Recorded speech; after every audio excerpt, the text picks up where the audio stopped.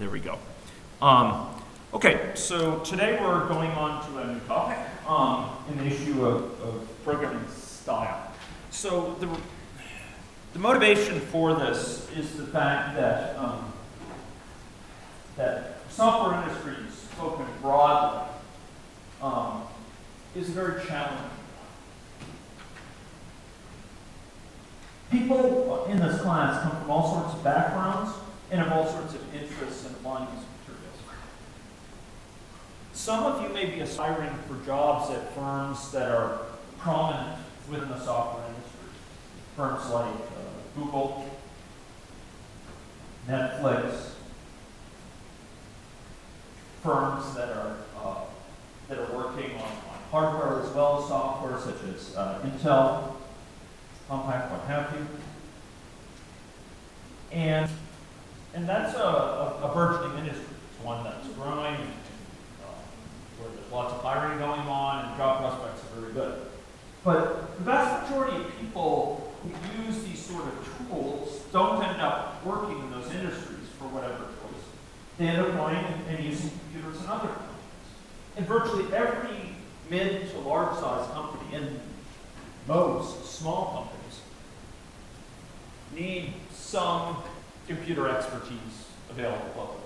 So there's a huge amount of employment of people who develop skills like you're developing here, who go out and work in the most diverse set of industries to imagine.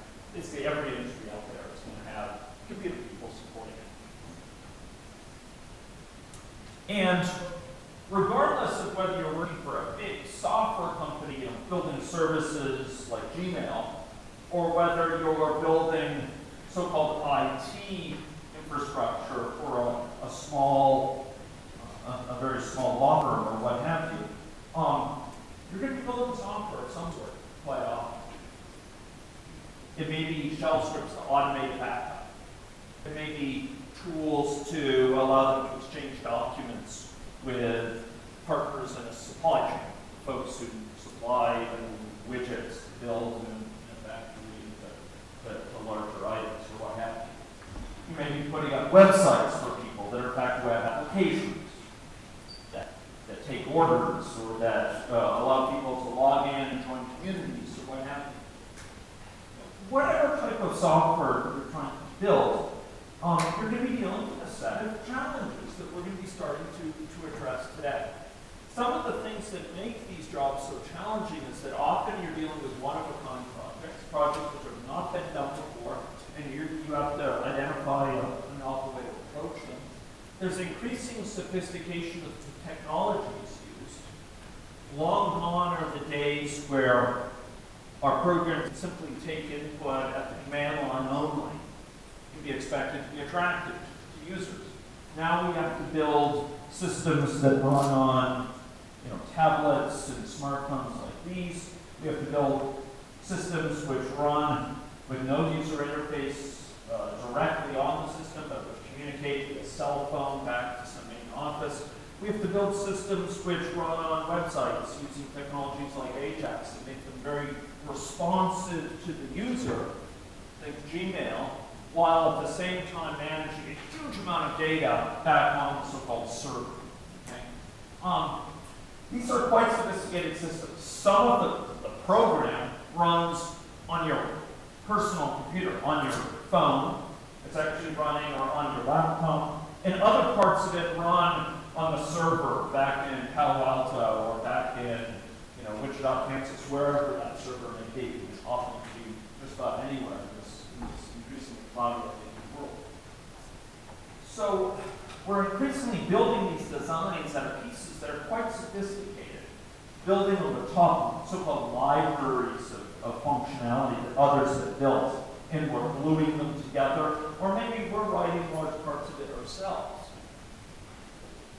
But we're dealing with intangibles here, with things that we can't represent as we could build a scale model of a bridge or a small-scale version of a car that we can look at. We're building things that involve concepts as much as they involve things you can look at and point to. So things like functions or a data structure or a struct see. These are things we need to reason about, but we don't always have the ability to depict them in the most natural way. We're also dealing with a highly globalized world. You have to build now websites that speak not only to people who talk your native language, people around the world.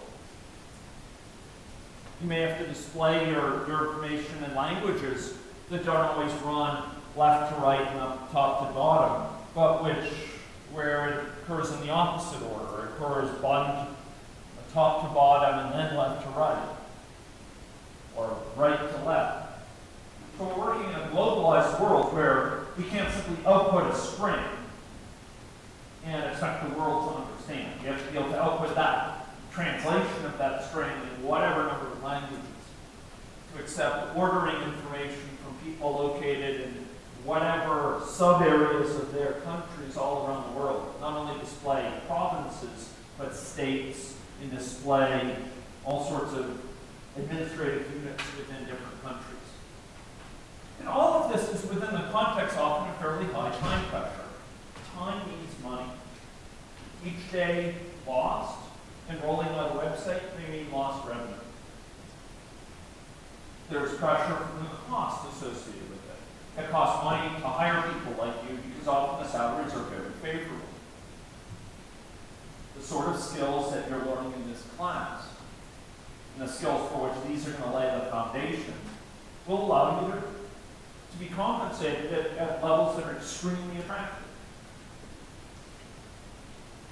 There's a lot of uncertainty and risk associated with things. You're not sure which technology to use often. And the technology changes at a dizzying pace. So every few years, you'll want to refresh yourself, brush up on the newest technologies, because they'll be different. The leading tools will be different. And that will not only make you more productive, it will allow you to continue to appeal to your users.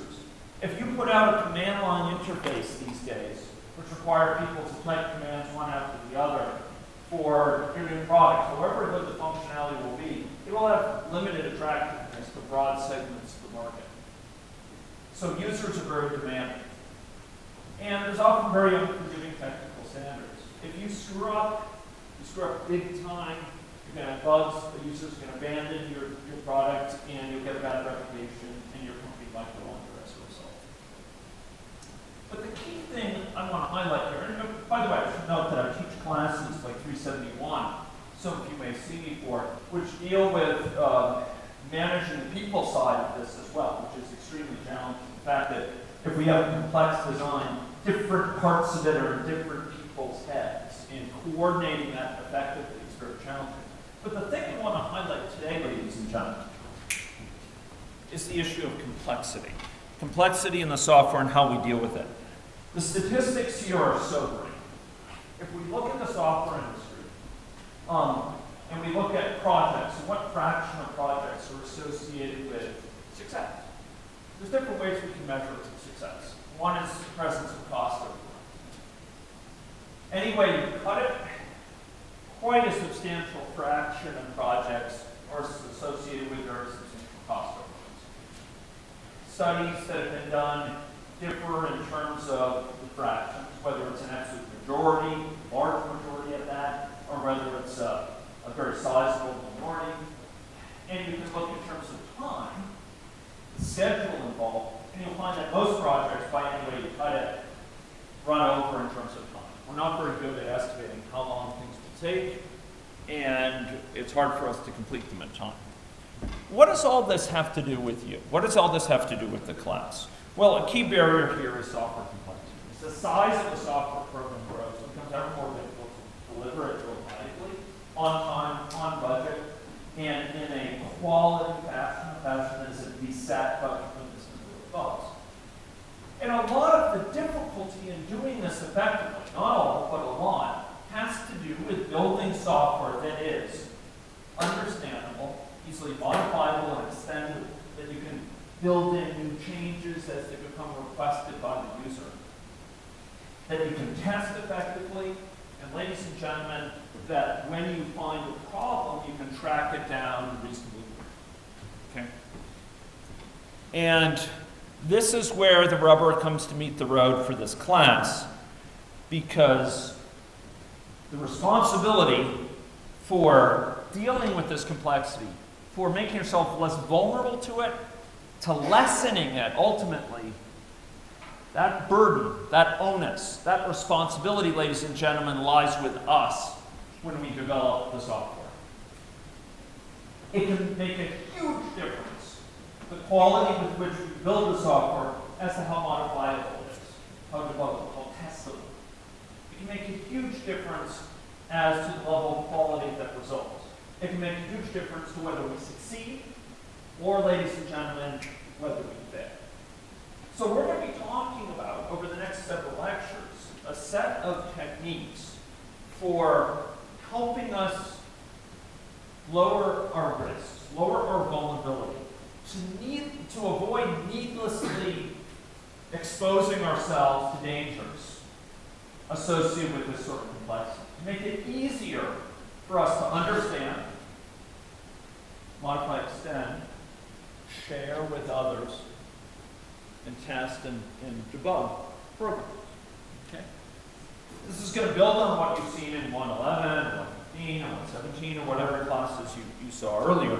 And it's going to lay the groundwork for more advanced classes, which are going to show how to do this in Teams, for example. So we're going to go through a set of topics, and they're listed here, that are going to relate to that. And they include aspects of programming style, which is going to be very focused today, and probably next time. We're going to talk about testing and test-driven design, writing tests back before the code. Help us think this through. Work with multiple files and using what are called makefiles and version control mechanisms. Makefiles, mechanisms for automatically sort of handling whatever we change, will automatically so-called compile it so that we get to a new version of software that incorporates those changes without us having to really wrap our heads around which things need to be updated. It takes care of that for us. And version control, which stores different versions of software. We're also going to be talking about debugging and profiling, some issues of portability that we'll probably be downloading that. And we probably won't have time for technical writing, but it's a component we may talk about a little bit here and there. Okay, so today we're going to be going over the issue of programming style. So I'm going to just stop this and say